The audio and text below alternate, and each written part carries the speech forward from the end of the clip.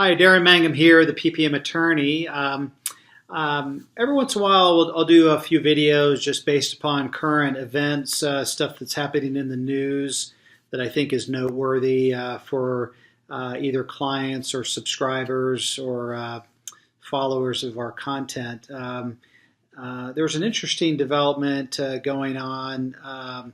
There's an SEC investigation that's currently going on with Kick Interactive.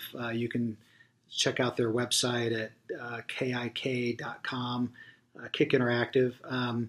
They are a Canadian-based cryptocurrency issuer, and they raised like $100 million last year on an ICO, initial coin offering type. And they obviously they're subject to an SEC investigation currently that claims that they may have violated the Securities Act. And what was interesting about it, instead of trying to work something out with the regulator, with the Securities and Exchange Commission, they were they're basically pulling out their guns and saying, hey, I guess maybe if you had $100 million, you'd feel pretty confident to say, hey, yeah, we can take on the SEC and, challenge them and potentially win. They're making the argument that, hey, we're a currency. We're set up to be a currency. We operate as a currency, and therefore, SEC, you can't regulate us because we're a currency. And they quoted this is in response. So what happened was the SEC investigated. Basically, whenever the SEC investigates you, and they feel like you've may have violated the securities laws, they'll give you what's called a Wells notice. Basically, that's a notice that says, hey, it's basically an opportunity for you to say, hey, this is why you shouldn't take enforcement action.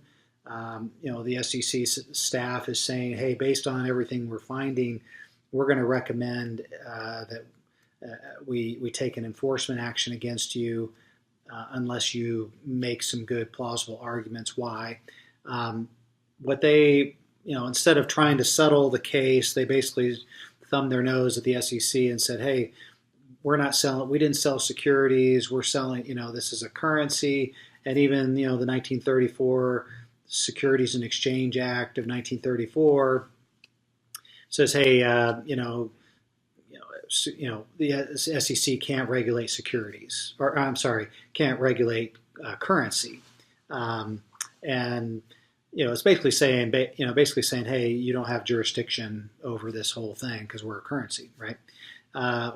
So pretty aggressive. Hey, let's take off our gloves and go to town, which is, pretty gutsy, I would say, approach. But again, $100 million in the bank. Okay, maybe you can take it on, hire the best lawyers, and go after the SEC. So we'll see how that plays out. But there is also, unfortunately for Kick, there's evidence out there that there's promotional materials dating back to 2017 that when they were in the development stage that really enticed investors to say, hey, yeah, buy our our future tokens at this low rate because later they're going to be worth a heck of a lot more.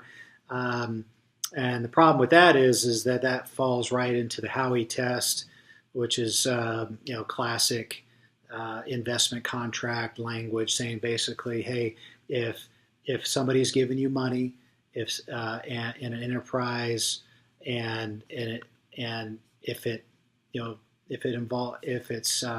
if there's an expectation of future profits based upon not your own efforts but somebody else's. If they've given you money and they're expecting you to do things in order to generate a profit, or maybe that cryptocurrency is going to be worth more someday, well, guess what? You sold a security. I don't care whether you call it a token or a contract or a napkin. Basically you sold securities, right? And so that's really all the SEC is really saying.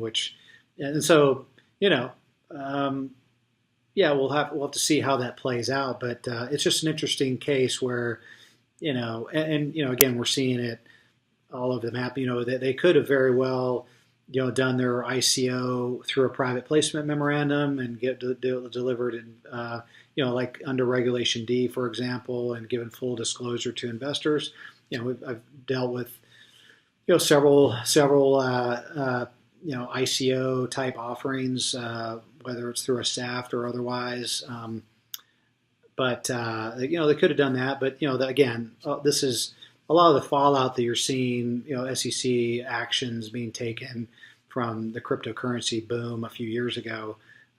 You're just seeing a fallout of companies that felt like, hey, rules don't apply to us.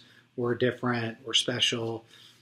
To me, that's just it's pretty arrogant on their part. And to me, the safer approach would be say, hey, you know what? Let's just, yeah, there may be some questions. Maybe it is, maybe it isn't. Hey, let's just presume it's a security.